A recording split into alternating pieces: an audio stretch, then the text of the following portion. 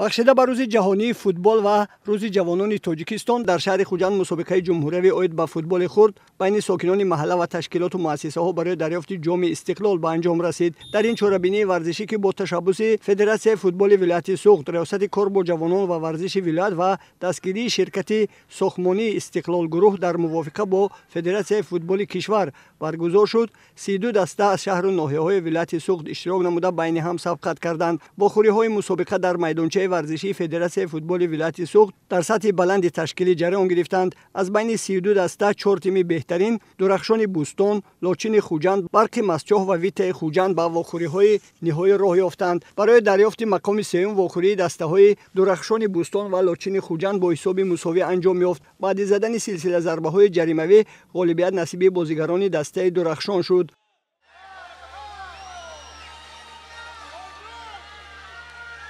برای دریافت جام مسابقه در دور نهایی دسته‌های برق مسچاه و ویته خوجند روی میدان سبقت آمدند. در این واخوری بازیگران دسته برق مسچاه مهارت بلند نشان داده دسته حریف را شکست دادند و صاحب جام مسابقه شدند.